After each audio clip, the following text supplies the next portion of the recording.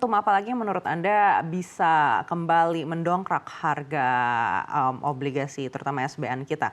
Apakah saat ini pasar keuangan kita termasuk juga pasar SBN kita cukup menarik untuk investor-investor asing? Yield Indonesia saat ini menurut saya masih sangat menarik bagi investor asing. Karena dengan rating triple B, kita masih di atas 6%. Beberapa negara yang sejenis mungkin sudah ada yang di bawah 6% seperti itu. Jadi buat investor asing itu sangat menarik. Yang kedua, kursnya kan juga relatif agak lemah ya. Kalau misalnya dia masuk waktu kursnya 15.5, kemudian setelah 1, 2, 3 tahun kursnya ke 15.000, dia kembalikan ke dolar lagi, kan dia ada untung 2 kali. Jadi untung dari kursnya sama untung dari yield-nya begitu. Kalau ditanya faktor apa yang bisa membuat harga obligasi meningkat, kadang-kadang untuk obligasi ini sentimennya tidak banyak. Jadi kalau misalnya bunga turun, ya secara alami dia akan naik. Cuma yang akan membuat dia volatilitas tuh kadang-kadang orang prediksinya berlebihan. Jadi ketika harganya naik terlalu tinggi, akan ada koreksi dalam seperti itu. Jadi tapi sifatnya koreksinya hanya teknikal saja. Untuk itu kalau untuk investasi obligasi, volatilitas jangka pendek menurut saya tidak usah terlalu kita perhatikan. Kalau kita meyakini suku bunga turun, kita cukup punya horizon investasi minimal 2 tahun ke depan. Jadi kalaupun kita beli turun sekarang, turun sedikit gitu ya, dalam 1 tahun 2 tahun ke depan itu biasanya harganya akan rebound kembali. Baik, Pak Rudianto dari Panen Asset Management sendiri, apakah ada perubahan alokasi untuk lebih masuk ke pasar-pasar obligasi di tahun ini atau mungkin akan lebih banyak porsinya ke pasar ekuitas? Kalau untuk reksadana fixed income tentu terbatas hanya pada obligasi.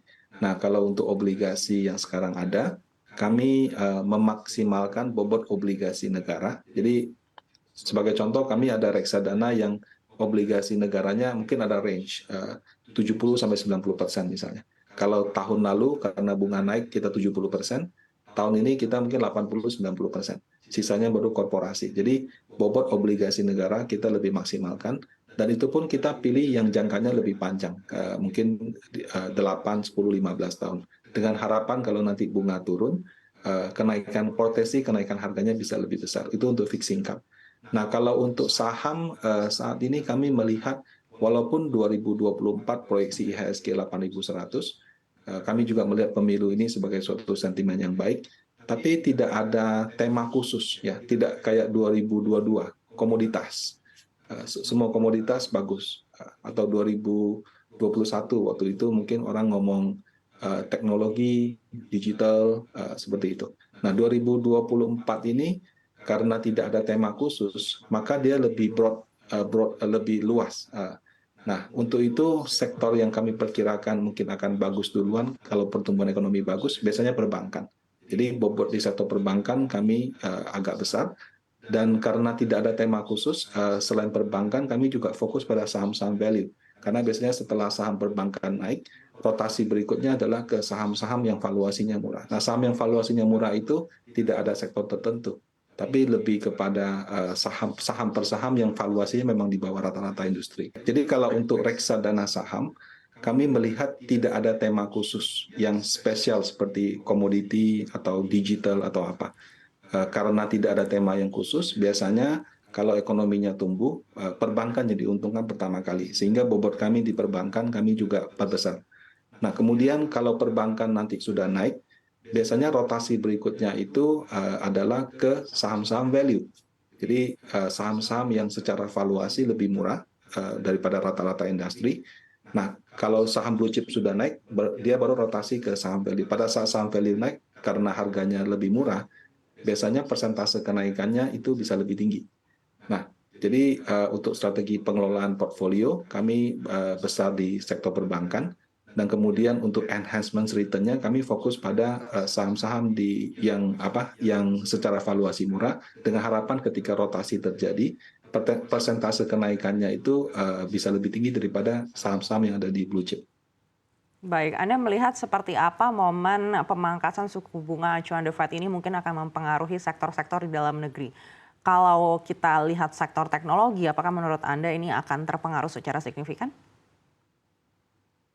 Kalau sektor teknologi itu karena di Indonesia ya, kita kan perusahaannya belum untung.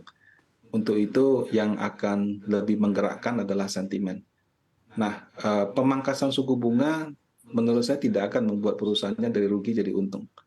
Tapi dia lebih ke sentimen. Jadi ketika suku bunga diturunkan, orang lebih berani berspekulasi. Nah, ketika orang lebih berani berspekulasi, biasanya ya, tapi tidak selalu, saham teknologi itu menjadi salah satu saham yang dispekulasikan juga gitu. Jadi kalau misalnya ditanya apakah saham teknologi akan dapat sentimen positif dari penurunan suku bunga, ke fundamentalnya tidak, ke sentimennya mungkin. Tapi sentimen sekali lagi bisa berubah dengan cepat. Jadi kalau memang mau masuk ke saham seperti itu, timingnya masih sangat pas.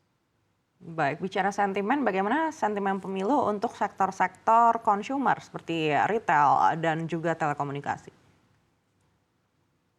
Hmm, kalau bansos seperti itu kan kelasnya lebih ke maaf mungkin kelas menengah bawah gitu ya. Jadi dia lebih menjaga daya beli di kelas menengah bawah.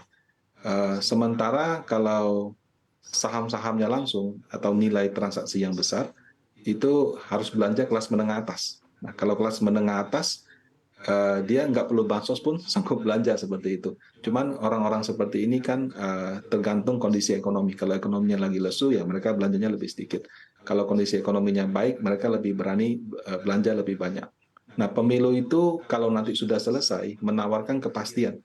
Jadi kalau mungkin untuk kalangan yang kelas atas, ketika ingin berinvestasi dalam jumlah besar, suka tidak suka pemerintahannya siapa itu juga berpengaruh terhadap pengambilan keputusan mereka. Tapi kalau pemilunya sendiri, menurut saya tidak. Ya. Setelah pemilu, setelah pemerintahan terbentuk, setelah ada kepastian untuk beberapa hal, nah mungkin itu akan membuat yang mau investasi dalam jumlah besar lebih punya dasar yang cukup untuk mengambil keputusannya. Baik, berikutnya Pak Rudianto, target IHSG di tahun ini mungkin bisa menyentuh berapa dan juga untuk yield SBN tenor 10 tahun Anda lihat akan mencapai level berapa?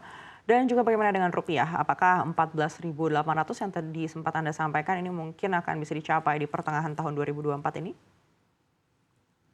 Kalau untuk IHSG, kami memperkirakan harga wajar di 8.100. Kami revisi dari sebelumnya 7.800. Ya harapannya sih dengan pertumbuhan ekonomi bisa mencapai ke level tersebut.